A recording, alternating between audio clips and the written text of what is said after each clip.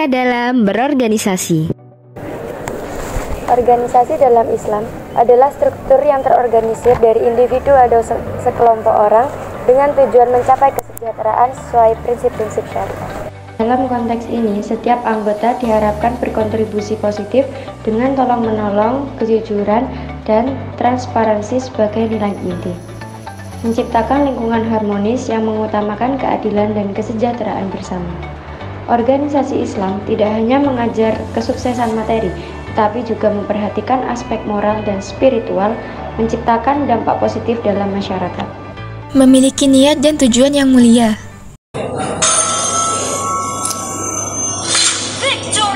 Yes. Mil, tahu gak sih? Sebenarnya ya, aku pengen masuk OSIS itu biar keren aja. Astagfirullah, gak boleh gitu, Nas. Harusnya kita itu dari awal punya niatan yang baik kalau masuk OSIS. Sebuah organisasi pasti didirikan karena ada niat dan tujuan.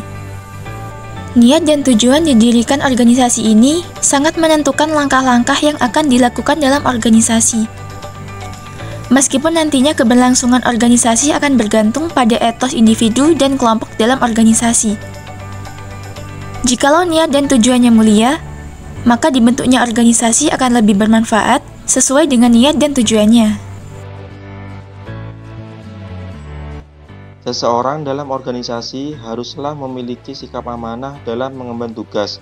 Dengan adanya sikap amanah, pembagian tugas yang dilakukan oleh pembina organisasi menjadi lebih optimal. Sikap ini menimbulkan kepercayaan organisasi menjadi lebih tumbuh sehingga pemberi dan pelaksana tugas akan lebih ulet dalam tindakan.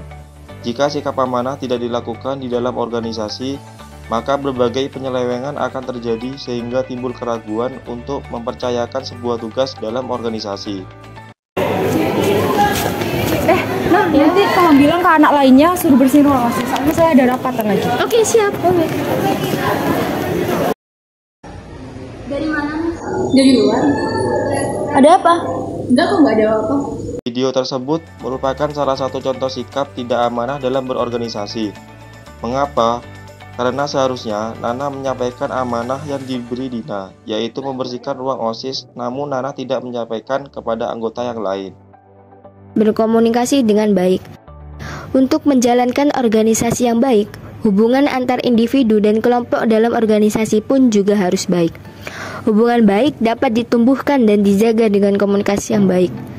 Dalam Islam ada 5 prinsip dalam berkomunikasi, yaitu yang pertama adalah menggunakan kata-kata yang mulia dan penuh penghormatan terhadap sesama, atau diam jika tidak mampu, atau qalan kariman.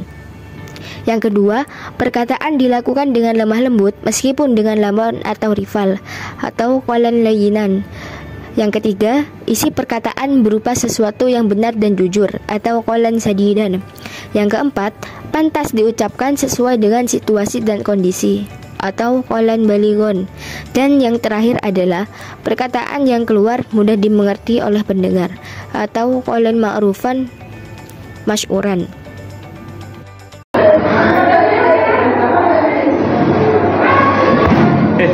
Kamu kerjain laporan tentang jawabanku ya?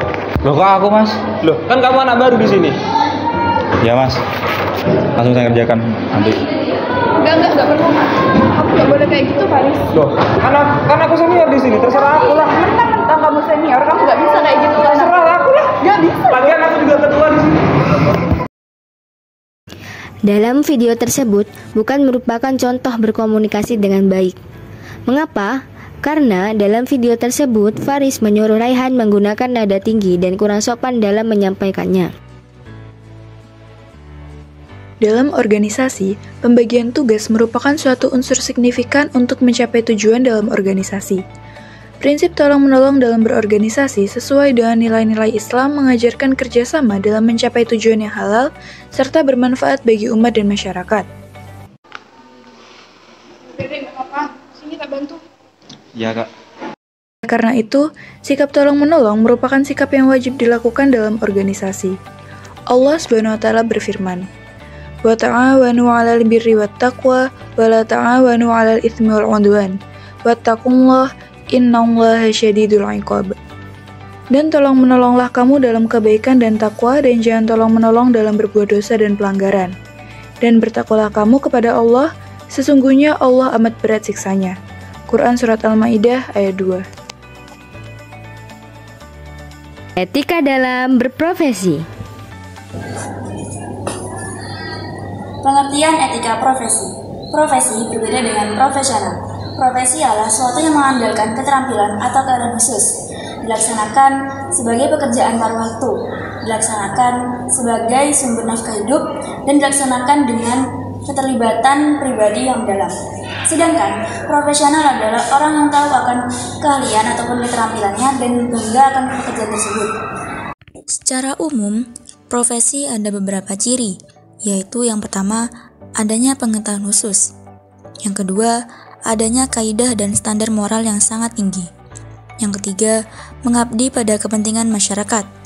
Yang keempat, ada izin khusus untuk menjalankan suatu profesi. Yang kelima, kaum profesional biasanya menjadi anggota dari suatu profesi. Adapun tujuan dari berprofesi dalam Islam adalah untuk keridhaan Allah Subhanahu wa taala, memenuhi kebutuhan hidup baik primer, sekunder, ataupun tersier, memenuhi nafkah keluarga, untuk kepentingan amal sosial, kepentingan ibadah, dan menolak kemungkaran. Memegang amanah dan mentaati perintah pimpinan.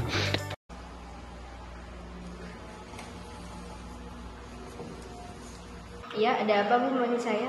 Oh ini, kamu kan karyawan baru, jadi kamu kerjanya itu harus disiplin, bertanggung jawab, berpakaian rapi, dan menaati peraturan-peraturan yang ada di kantor.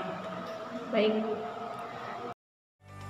Dalam profesi, ada juga pembagian kerja dan hierarki wewenang seperti halnya organisasi. Sebagai seorang karyawan biasa, patuh pada perintah atasan merupakan sebuah keharusan dalam profesi. Tak bisa seorang karyawan mencela atasannya atau bahkan menyimpang dalam perintahnya. Jika seorang mencela ataupun menyimpang dari perintah atasannya, maka akan timbul kekacauan dalam profesi, baik dari proses pelaksanaan profesi ataupun hasil dari profesi. Etos kerja yang tinggi.